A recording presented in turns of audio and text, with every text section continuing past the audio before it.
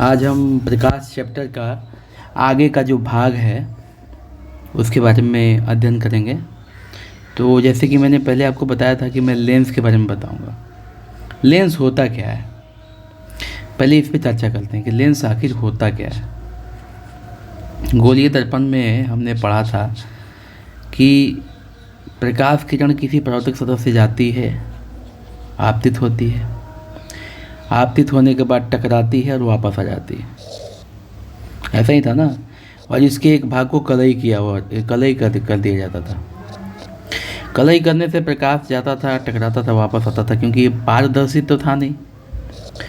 पारदर्शी मैंने पहले ही बता के रखा है।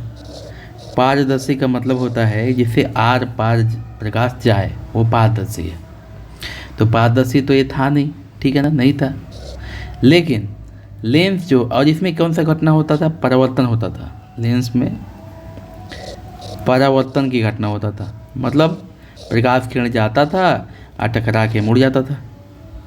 लेकिन लेंस क्या है कि दो पारदर्शी सतहों से मिलकर बना होता है। जैसे एक इस तरफ से पारदर्शी रहेगा और एक इस तरफ से पारदर्शी रहेगा, तो इससे जो चीज़ बनेगा वो हो जाएगा लेंस। और दोनों पारदर्शी होंगे। बीच का जो पॉइंट होगा जहाँ पे दोनों सतह आके मिलेगा, उसको एक काल्पनिक लाइन द्वारा अलग कर देते हैं। अलग करने पे जहाँ ये जो अक्ष है, इसको तो मैंने बता के रखा है आपको, इसको प्रधान अक्ष या मुख्य अक्ष कहा जाता है। इसको मुख्य अक्ष कहा जाता है, तो मैंने पहले आपको बता के रखा हुआ है, ठीक है। और जहाँ पे काटता है ये बिंदु, पहले ध्रुव बोलते थे ना, पहले ध्रुव बोलते थे दर्पण में, लेकिन लेंस में इसको क्या बोलते हैं, प्रकाशीय केंद्र। प्रकाशीय केंद्र कहते हैं, और इसे O द्वारा लिखा जाता है। अब चूंकि दो सतह है, एक सतह ये है और एक सतह ए है, दोनों का अपना फोकस और अपना C होगा। तो देखिए इस तरफ का फोकस हो जाएगा F1 और इस तरह का C को लिखते हैं, इसमें C को लेंस में लिखते हैं। जैसे कि आपने पढ़ा है कि C क्या है, जैसे आपने पढ़ा था P F और ये C, यहाँ से यहाँ तक की दूरी, और यहाँ से यहाँ तक की दूरी को क्या बोलते थे, R बोलते थे ना। मैंने पहले बताया था ना R, यानी C बराबर क्या है, R है, और R बराबर 2F होता है। आपने सिद्ध किया था ना F बराबर R/2, सिद्ध किया था ना F बराबर R/2। तो R बराबर क्या हो जाएगा, इसमें इसे गुना नहीं हो जाएगा, 2F। तो C यहाँ पे हम लोग क्या करते हैं, यहाँ पे हम लोग क्या करते हैं कि C की जगह पे क्या लिखते हैं, 2F। तो यहाँ पे C की जगह पे हम लिखेंगे 2F1। ये तो इस साइड का है, दूसरे वाला साइड का भी अपना मुख्य फोकस होगा, तो F2 लिख देंगे, और ये C की जगह पर 2F2 लिख देंगे। मतलब दोनों साइड का अपना अलग फोकस है और अपना अलग जो है C है। C मतलब 2F है, ठीक है ना। वो वक्रता केंद्र ही बोलते हैं इसको, भी हम लोग क्या बोलते हैं, वक्रता केंद्र ही कहा जाता है, C ही कहा जाता है। लेकिन लिखते हैं हम यहाँ पे क्या, तो लिखते हैं हम यहाँ पे 2F। 2F कैसे लिखते हैं, क्योंकि C का वैल्यू होता है R और R बराबर क्या होता है, 2F। इसका मीनिंग बराबर ही है। अब पढ़ते हैं लेंस की परिभाषा की, आखिर होता क्या है लेंस। तो पढ़िए, दो पारदर्शी सतहों से घिरा हुआ वह माध्यम, वह मीडियम, ठीक है ना, जिसके दोनों पृष्ठ अथवा एक पृष्ठ गोलीय हो, ठीक है ना। कोई भी माध्यम, जैसे मान लीजिए दो पारदर्शी होना चाहिए, दो पारदर्शी पृष्ठों से घिरा वह माध्यम जिसका एक पृष्ठ या दोनों पृष्ठ गोलीय हो। मान लीजिए कि ए पृष्ठ एक गोलीय है और एक सीधा समतल है, तो ये लेंस नहीं हुआ, लेंस हुआ, पक्का हुआ। एक समतल है और दूसरा तरफ गोलीय है, ये भी लेंस हुआ। ये अवतल लेंस भी इस तरह का गोलीय है, ठीक है। एक तरफ गोलीय है, एक तरफ समतल है, ये भी अवतल लेंस है। तो कहने का मतलब है कि वो पारदर्शी माध्यम जिसका एक पृष्ठ गोलीय अथवा समतल हो, उसे क्या बोलते हैं, हम लेंस कहते हैं। तो क्या लिखा है मैंने, उसे लेंस कहते हैं। ठीक है, आगे देखिए क्या लिखा हुआ है, लेंस का एक पृष्ठ गोलीय तथा दूसरा पृष्ठ तथा दूसरा पृष्ठ, यहाँ पे लिख लीजिएगा, छूट गया है, दूसरा पृष्ठ, पृष्ठ मतलब होता है सतह, आप पृष्ठ के जगह पे सतह भी लिख सकते हैं। ठीक है, दूसरा पृष्ठ समतल भी हो सकता है। यहाँ तक तो क्लियर है, कोई दिक्कत आप लोगों को नहीं होगा।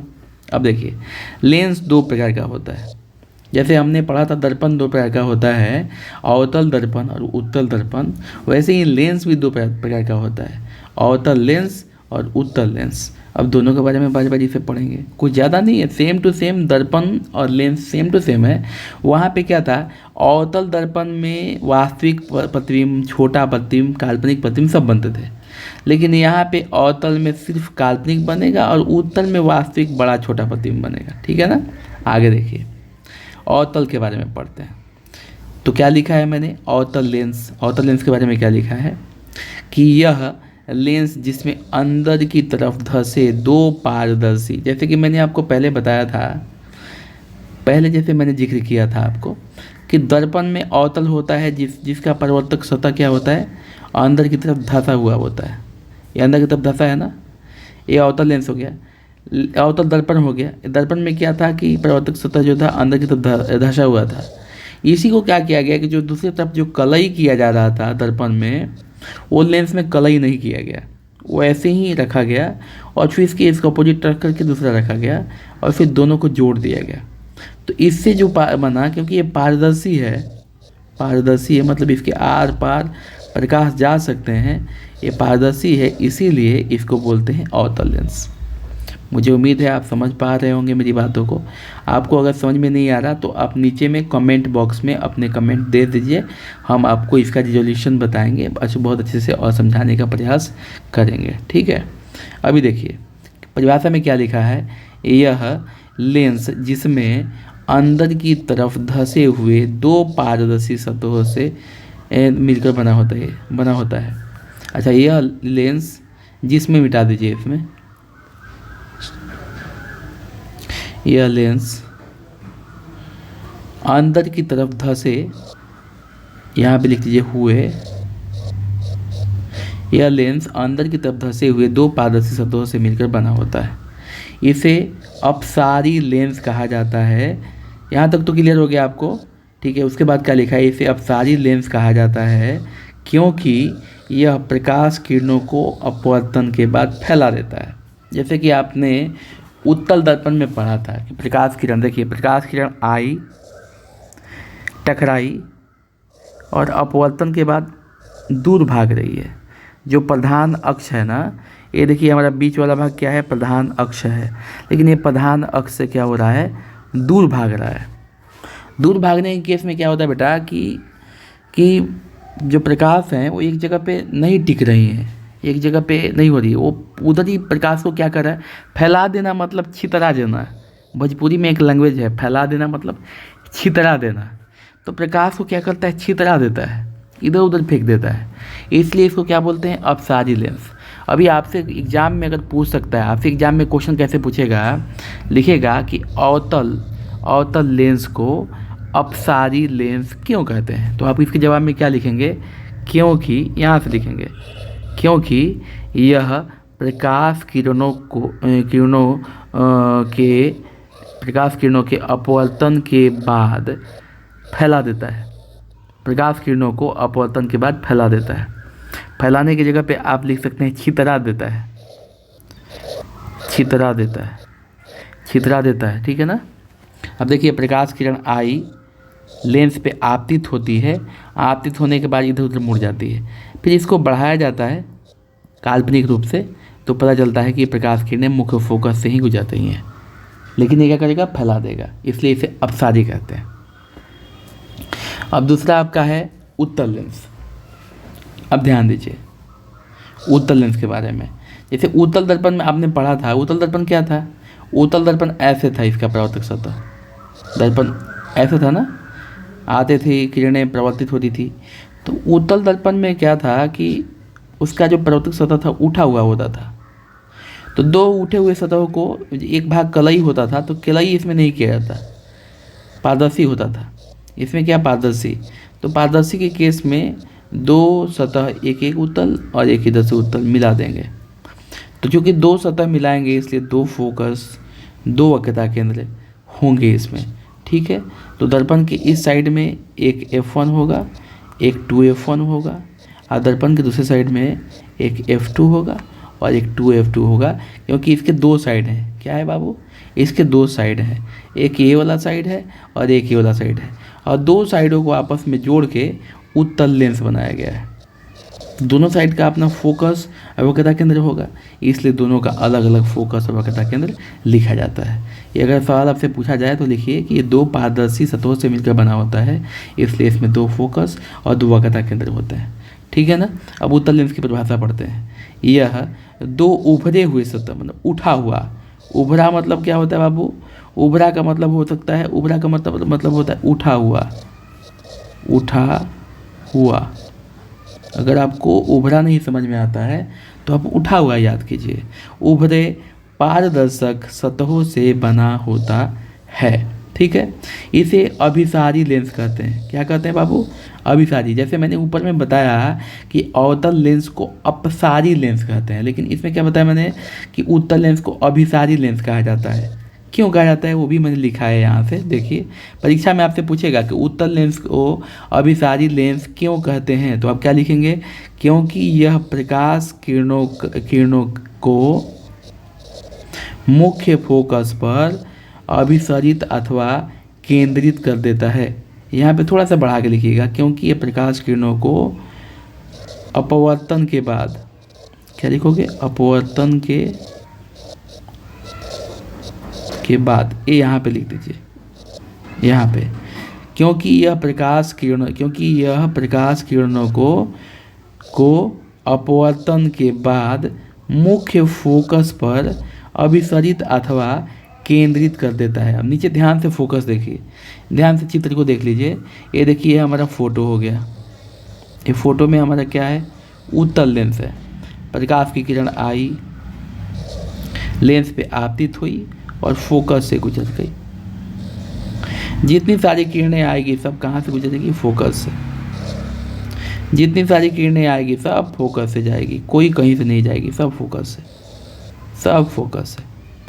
कहने का मतलब है बेटा कि सारी की सारी जो प्रकाश किरणें हैं सब फोकस से होकर जाती है और एक बिंदु पे मिलती है, इसलिए इसे क्या बोलते हैं, अभिसारी लेंस।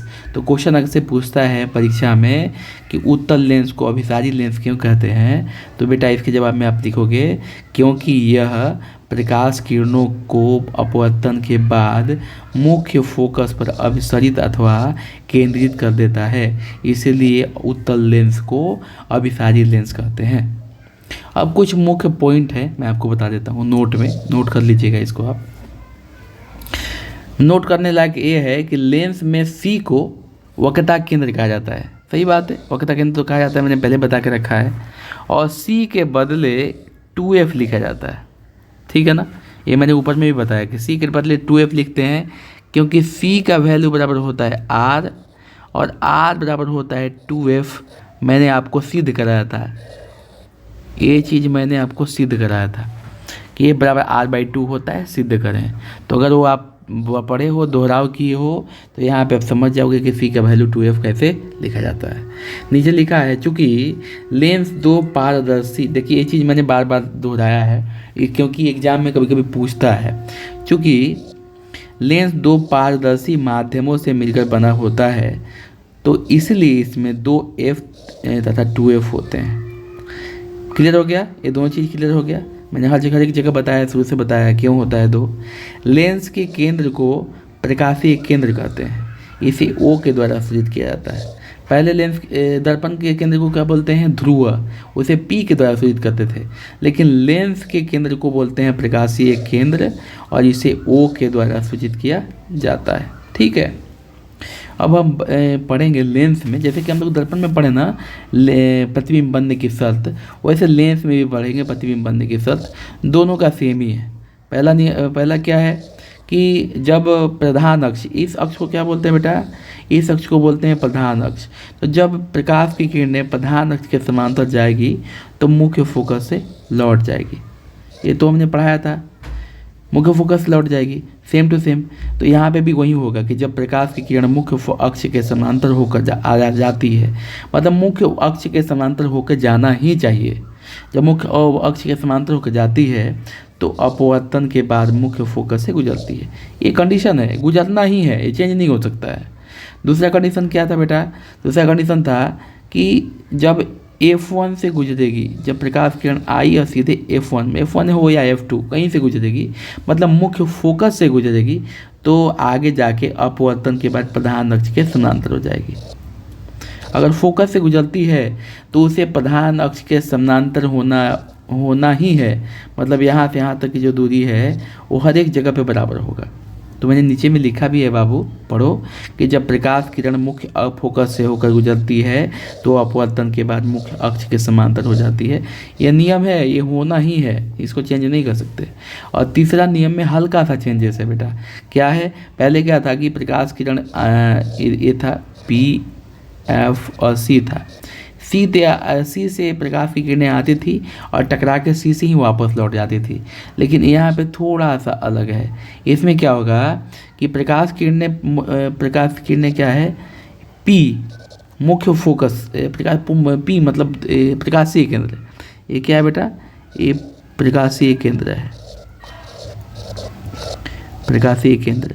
और मैंने बताया ना प्रकाशीय केंद्र को किससे सूचित करते हैं? ओ से। तो जब भी प्रकाश किरण प्रकाशीय केंद्र से होकर जाएगा ना, तो उसी केंद्र से अपवर्तन के बाद निर्गत हो जाएगा, निकल जाएगा, वापस नहीं आएगा, निकल जाएगा, मुड़ के वापस नहीं आएगा, वहीं से जाके मुड़ के निकल जाएगा। क्या कह रहा है?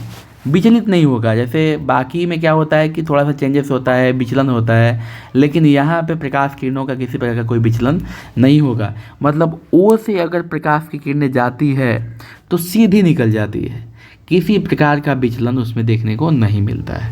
मैंने क्या लिखा है कि जब प्रकाश की किरण प्रकाशीय केंद्र O से प्रवेश करता है तो अपवर्तन के बाद बिना किसी विचलन के निर्गत हो जाती है। यहाँ पे निर्गत का मतलब है बाहर निकल जाना, ठीक है? निर्गत मतलब निकल जाती है, ठीक है ना? निर्गत मतलब निकल जाती है। इतना तो आप लोगों को हिंदी आता ही होगा कि निर्गत का मीनिंग क्या होता है? निकल जाती है, ठीक है बेटा? तो आगे अब हम पढ़ेंगे उत्तल लेंस में प्रतिबिंब बनने की विभिन्न स्थितियों पे चर्चा करेंगे, क्योंकि मैंने बता दिया, कंडीशन बता दिया ना, तो अभी हम लोग स्थितियों के बारे में पढ़ेंगे। जिसमें पहला स्थिति है कि जब वस्तु को अनंत पे रखा जाता है। मान लीजिए वस्तु है अनंत पे, तो अनंत से प्रकाश किरणें आएगी। जब अनंत से प्रकाश किरणें आएगी तो अपवर्तन होगा तो जो कभी भी जब प्रधान अक्ष के समांतर आएगी रेखाएं, तो कहाँ से गुजरेगी? फोकस से गुजरेगी। अनंत से आ रही प्रकाश किरणें, यहाँ पे क्या लिखेंगे? अनंत से आ रही प्रकाश किरणें लेंस पे अपवर्तन के बाद कहाँ से गुजरेगी? फोकस से गुजरेगी, और फोकस में एक दूसरे पे काटेगी। और मैंने प्रतिबिंब की परिभाषा में क्या लिखवाया था, आपको अच्छे से याद है कि किसी बिंब वस्तु से आ रही प्रकाश की किरणें दर्पण से अपवर्तन या प्रवर्तन के बाद जिस बिंदु पे काटती है या काटती हुई मालूम पड़ती है, उसे उस वस्तु का प्रतिबिंब कहते हैं। तो यहाँ कहाँ काटती है? मुख्य फोकस पे काटती है, इसलिए इसका प्रतिबिंब कहाँ बना? यहीं बना। तो नीचे के जो भी है वो शब्द में क्या लिखा है मैंने कि जब वस्तु अनंत पर हो तो अपवर्तन के बाद लेंस में हमेशा अपवर्तन होगा। ये बात ध्यान रखना है। अपवर्तन वही होगा जहाँ दो सतह माध्यम हो और कोई भी आपातदर्शी रोकने वाला नहीं हो, जहाँ मुड़ के प्रकाश किरण नहीं आ रही है, टकरा के वापस नहीं आ रही है, वो हमेशा एक गमन कर रही है, जा रही है रास्ते में, और रास्ते में कोई माध्यम आ गया तो रुकी नहीं, उसे टकरा के वापस नहीं आई, गई उसी माध्यम में गई, थोड़ा सा विचलित हो गई। तो हमेशा याद रखिएगा लेंस में अपवर्तन होगा और दर्पण में परावर्तन होगा, क्योंकि दर्पण का एक भाग कलई हो जाता है, कलई होगा तो कैसे उस पार जाएगा, इसलिए मुड़ के वापस आता है। जब वस्तु अनंत पर हो तो अपवर्तन के बाद वास्तविक, क्योंकि दर्पण के बिल्कुल सामने ही बनता है, उल्टा बहुत ही छोटा, जैसे यहाँ पे हमें पता चल रहा है कि प्रतिबिंब कितना बड़ा होगा छोटा होगा, इसलिए मैंने लिखा है पॉइंट में, क्योंकि हमें पॉइंट ही दिख रहा है। पॉइंट में प्रतिबिंब मुख्य फोकस पर बनता है। पहला कंडीशन क्लियर हो गया। दूसरा कंडीशन देखिए, दूसरा कंडीशन कह रहा है कि जब वस्तु अनंत तथा 2f के बीच में हो। ये हो गया हमारा अनंत और ये हो गया 2f, इन दोनों के बीच में हमारा ये वस्तु हो गया। वस्तु के सिर से प्रकाश की किरण गई, अपवर्तन के बाद सीधे फोकस से गुजर गई फोकस से। और दूसरा क्या है, ये सिर से ही जाएगा, प्रकाशीय केंद्र से जा रहा है, लेकिन कहीं पे कोई विचलन नहीं है, सीधे काटते हुए निकलता है। काट रहा है, ये काट रहा है आई और बी पे, और ये F2 और 2F2 के बीच का भाग है। ठीक है, तो इसका परिभाषा कैसे लिखेंगे कि जब वस्तु अनंत तथा 2f के बीच में हो, ठीक है, तो अपवर्तन के बाद वास्तविक उल्टा छोटा प्रतिबिंब बना। ये इतना बड़ा है, इसकी अपेक्षा तो ये छोटा है, तो लिखेंगे छोटा प्रतिबिंब F2 और 2F2 कहाँ बनता है, F2 और 2F2 के बीच में बनता है। ये भी आपको क्लियर है अच्छे से, क्योंकि आपने अगर दर्पण बहुत बढ़िया से स्टडी किया है, जो मैंने पढ़ाया है बहुत बढ़िया से स्टडी किया है, तो आपको ये लेंस का प्रतिबिंब बनना बहुत ईजी महसूस होगा, बहुत ईजी महसूस होगा, इसमें कोई डाउट नहीं है। देखो बच्चों, हमारे पास तीसरा कंडीशन है कि जब वस्तु 2f1 पर हो तो क्या होगा। ठीक है, वस्तु 2f1 पे हो तो क्या होगा। देखो ये हो गया 2f1, वस्तु हमारा इधर है, प्रकाश किरण गई, अपवर्तन हुई और फोकस से गुजर गई। ये पहला नियम, पहला कंडीशन था, प्रतिबिंब बनने का शर्त। आपको याद होगा तो अच्छे से याद होगा। अब देखिए यार, दूसरा कंडीशन में क्या था कि तीसरा कंडीशन था कि इसके सिरे से निकलेगी प्रकाश किरण और प्रकाशीय केंद्र से होते हुए बिना विचलन के सीधे निकल जाएगी, और सीधे निकलने के बाद जो प्रतिबिंब बनेगा वो यहाँ पे बनेगा। ठीक है, यहाँ मतलब कहाँ पे बनेगा, तो सीधे F2 पे बनेगा। F2 F1 पे वस्तु है और प्रतिबिंब भी 2F2 पे बनेगा।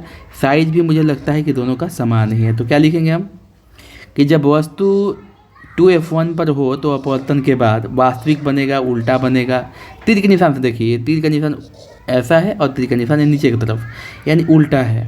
तो वास्तविक बनेगा, उल्टा बनेगा, वस्तु के बराबर बनेगा। प्रतिबिंब कैसा है, जितना लंबा वस्तु है उतना लंबा प्रतिबिंब भी है, और प्रतिबिंब 2F2 पर बनता है। ये दूसरा कंडीशन है। तीसरा कंडीशन है।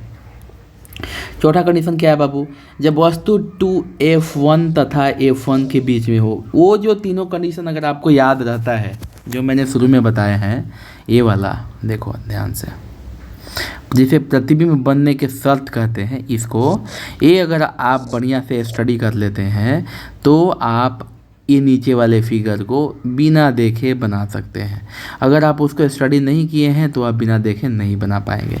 अगला कंडीशन क्या है कि जब वस्तु 2F1 तथा F1 के बीच हो, तो इसमें क्या होता है बेटा कि देखो ये 2F1 हो गया और ये F1 हो गया, इन दोनों के बीच में वस्तु हमारा इधर है, प्रकाश किरण गया, अपवर्तन के बाद फोकस से गुजर गया। ठीक है, फिर दूसरा क्या है कि O से प्रकाश किरण गुजरा तो मैंने क्या बताया कि बिना विचलन के, किसी प्रकार का कोई भी विचलन नहीं होगा, बिना विचलन के सीधा निकल जाएगा।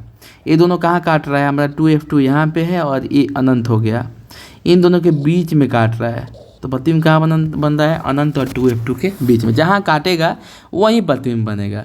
अब देखो इसका साइज और इसका साइज अगर देखा जाए तो इसके साइज की अपेक्षा ये वाला जो साइज है ये बड़ा है। ठीक है ना, इसलिए क्या होगा यहाँ पे कि इसका प्रतिबिंब बड़ा बनेगा। तो इधर में परिभाषा में लिखा हुआ है कि जब वस्तु 2F1 और F1 के बीच हो तो अपवर्तन के बाद वास्तविक, उल्टा, बड़ा प्रतिबिंब 2F2 तथा अनंत के बीच बनता है। कहाँ बनता है, 2F2 और अनंत के बीच में बनता है। ठीक है ना।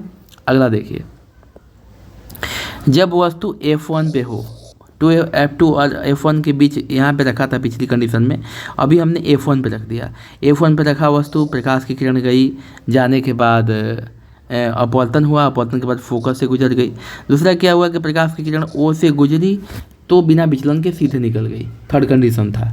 इसमें देखिए कि कहीं पे भी काटेगा नहीं, ये सब जगह बराबर ही आएगा, समानांतर हो जाएगा, लेकिन ऐसा मान लिया जाता है कि ये कहीं काटता होगा तो अनंत पे प्रतिबिंब बनना मान लिया जाता है। तो इसमें क्या होता है कि जब वस्तु F1 पर हो तो अपवर्तन के बाद वास्तविक, उल्टा, बहुत ही बड़ा प्रतिबिंब, क्योंकि अनंत पे छोटा प्रतिबिंब तो बनेगा नहीं, बहुत ही बड़ा प्रतिबिंब अनंत पर बनता है, ऐसा मान लिया जाता है।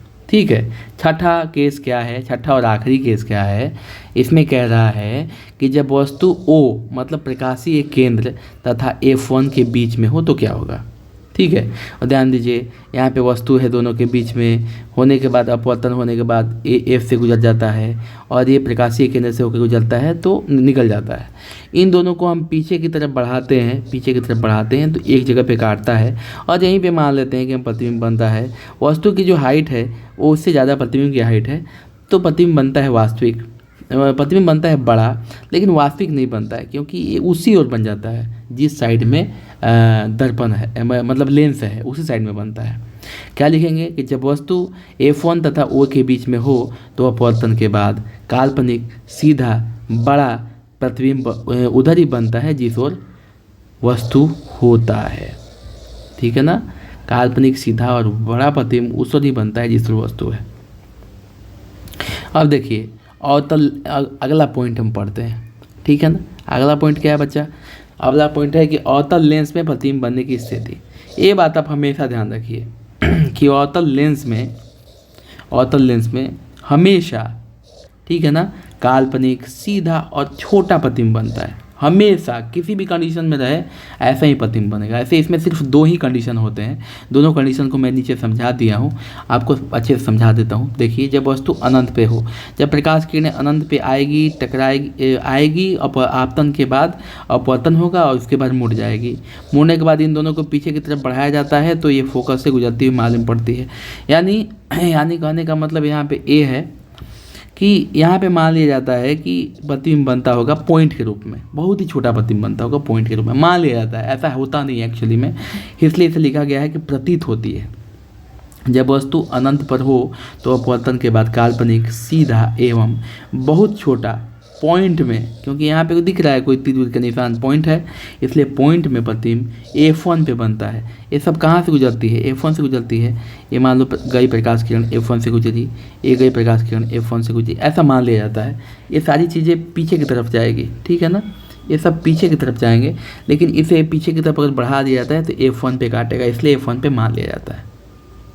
दूसरा कंडीशन इसका क्या है कि जब वस्तु अनंत और O के बीच में हो, तो इस कंडीशन में अगर वस्तु हम यहाँ पे रखते हैं अनंत और O के बीच में तो जाएगा और टकरा के मुड़ जाएगा। ठीक है, टकरा के क्या मतलब, अपवर्तन के बाद निकल जाएगा।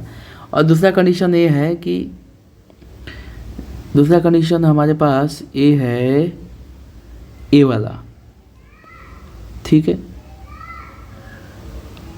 ए वाला कंडीशन कैसे बनाया है, ओके देखो इस कंडीशन में क्या हुआ है कि ये जो प्रकाश किरण है वो फोकस से गुजरा है, ठीक है ना, और गुजरने के बाद इधर मुड़ा है। इन दोनों केस में जो प्रतिबिंब बन रहा है हमारा यहाँ पे बन रहा है, छोटा ही है, बड़ा प्रतिबिंब हो नहीं, तो हमेशा अवतल लेंस में छोटा प्रतिबिंब और काल्पनिक प्रतिबिंब बनेगा, ऐसा मान लिया जाता है, क्योंकि इस वाले को पीछे की तरफ बढ़ाया गया है, इधर मुड़ा नहीं है, बस इसे पीछे की तरफ बढ़ा दिया गया है। ठीक है, तो यहाँ पे क्या लिखा है कि जब वस्तु अनंत पर तथा O के बीच में हो तो अपवर्तन के बाद काल्पनिक सीधा छोटा प्रतिबिंब F1 तथा O के बीच में बनता है। यही मेन चीज़ है, और ये दोनों अवतल लेंस वाला उतना इम्पोर्टेंट नहीं है, आप बस इसको दिमाग में रखिए। मेन आपका जो उत्तल लेंस वाला है, उत्तल लेंस का जो 6 कंडीशन है, 6 में खासकर ये आखिरी कंडीशन जो है ये वाला कंडीशन, उसके बाद ये आपका 3 नंबर का कंडीशंस, ये मेरे हिसाब से आपको सब याद करना चाहिए, बट ये सब इम्पॉर्टेंट हैं, तो आपको ये बढ़िया से स्टडी करना चाहिए मेरे हिसाब से। अब हम आगे के टॉपिक को पढ़ेंगे। आज मैंने सोचा है कि आपका पूरा का पूरा जो ये चैप्टर है प्रकाश चैप्टर, इसको ख़त्म कर दिया जाए। तो हम पढ़ेंगे चिन्ह परिपाटी। आपको याद होगा कि हम लोगों ने ये दर्पण में चिन्ह परिपाटी पढ़ा होगा, तो सेम टू सेम आज हम लेंस में भी चिन्ह परिपाटी पढ़ेंगे। ठीक है, क्या कह रहा है चिन्ह परिपाटी कि लेंस में सभी दूरियां प्रकाशीय केंद्र O से मापी जाती है। आपको याद होगा कि दर्पण में सभी दूरियां P से मापी जाती थी, लेकिन यहाँ पे लेंस में सभी दूरियां कैसे मापी जाएगी, O से मापी जाएगी। ठीक है, उत्तल लेंस की फोकस दूरी हमेशा धनात्मक होती है, इसको याद रखना है। ये 1 नंबर के सवाल में हमेशा पूछता है कि उत्तल लेंस की फोकस दूरी क्या होती है, तो क्या मारेंगे आप, धनात्मक होती है हमेशा। अवतल लेंस की फोकस दूरी क्या होती है, ऋणात्मक होती है हमेशा। ये 1 नंबर के सवाल में हमेशा आपसे पूछेगा, इसको याद कर लीजिए। ये भी आता है 1 नंबर के सवाल में। इसको प्रूफ करने की कोई ज़रूरत नहीं है, प्रूफ करने की आवश्यकता नहीं है, क्योंकि ये आपसे पूछता नहीं है। एक्चुअली मैं इसको प्रूफ करवा देता, लेकिन मैंने इसको ज़रूरत नहीं समझा, क्योंकि इतना एग्ज़ाम में अंदर से पूछेगा नहीं और ये आपकी किताब में भी विस्तार से नहीं दिया गया है। तो बस आप इतना ही याद रखिए कि लेंस सूत्र होता क्या है। दर्पण सूत्र क्या था, 1/v प्लस होता था, ये माइनस की जगह पे प्लस होता था, 1/v प्लस 1/u बराबर 1/f। लेकिन लेंस सूत्र में आपका क्या होगा, 1/v माइनस 1/u बराबर 1/f। दर्पण सूत्र प्लस में होता है, लेंस सूत्र माइनस में होता है, इसको याद रखिए। फिर आवर्धन क्या होता है, जैसे कि आपने दर्पण में पढ़ा है आवर्धन कि प्रतिबिंब की ऊंचाई तथा वस्तु की ऊंचाई के अनुपात को क्या बोलते हैं, आवर्धन कहते हैं। ठीक है, H2/H1। मतलब दर्पण में क्या था कि ये -v/u हुआ करता था m बराबर, लेकिन यहाँ पे ऐसा नहीं होता, यहाँ पे आपका प्लस में होता है। तो लेंस और दर्पण के आवर्धन में बस इतना ही अंतर है कि वहाँ पे माइनस में होता था और यहाँ पे प्लस में होता है। तो कैसे लिखेंगे, इसे m द्वारा सूचित करते हैं, आपको तो पता ही है। आवर्धन के बारे में लिखवा दिया है कि प्रतिबिंब की ऊंचाई तथा वस्तु की ऊंचाई के अनुपात को आवर्धन कहते हैं, इसे m के द्वारा सूचित किया जाता है। m बराबर v/u बराबर H2/H1। H2/H1 क्या है बेटा, तो प्रतिबिंब की ऊंचाई H2 है, वस्तु की ऊंचाई H1 है। ठीक है, बस इतना ही है। आवर्धन तो आपको मैंने दर्पण में भी समझा के रखा है, तो आपको ज़्यादा दिक्कत होगा नहीं। अब आप पढ़िए इसका सबसे इम्पोर्टेंट पार्ट, लेंस की क्षमता। मुझे उम्मीद है आपको बहुत अच्छे से समझ में आया है, जितना भी मैंने पीछे समझाया है। लेंस की क्षमता भी आपके लिए बहुत इंपॉर्टेंट है, ये सवाल आपसे पूछ ही देता है। तो अब ध्यान से देखिए होता क्या है। मैंने परिभाषा के द्वारा लिखा है कि किसी लेंस के द्वारा प्रकाश किरणों को अपसरित और अभिसरित करने की मात्रा मतलब डिग्री मतलब कितना घुमा देता है, ठीक है ना, को लेंस की क्षमता कहते हैं। अथवा ये भी नीचे और भी लिखा हुआ है कि किसी लेंस की क्षमता उसकी फोकस दूरी का व्युत्क्रम होता है। व्युत्क्रम, आधा व यू आधा त क्रम। व्युत्क्रम मतलब होता है बाबू उल्टा। व्युत्क्रम मतलब क्या होता है, उल्टा। ठीक है ना, तो इसको अगर व्युत्क्रम आपको समझ में ना आए तो आप इसकी जगह पे उल्टा भी लिख सकते हैं। ठीक है ना, तो किसी लेंस के द्वारा प्रकाश किरणों को अभिसरित अथवा अपसरित करने की जो मात्रा होती है उसे लेंस की क्षमता कहते हैं। ठीक है ना, या फिर आप ये भी लिख सकते हैं कि किसी लेंस की क्षमता उसकी फोकस दूरी के व्युत्क्रम होता है। परिभाषा में ये भी लिखेंगे तो चलेगा। इसे P के द्वारा सूचित किया जाता है। P मतलब पावर। आपने सुना होगा कि लेंस में जो पावर लगता है चश्मा में, वो यही पावर है, वो यही क्षमता है। लेंस की क्षमता को ही लेंस का पावर ऑफ लेंस कहते हैं। ठीक है ना, और इसका सूत्र होता है P बराबर 1/f। यहाँ पे F क्या है बाबू, F है यहाँ पे फोकस दूरी।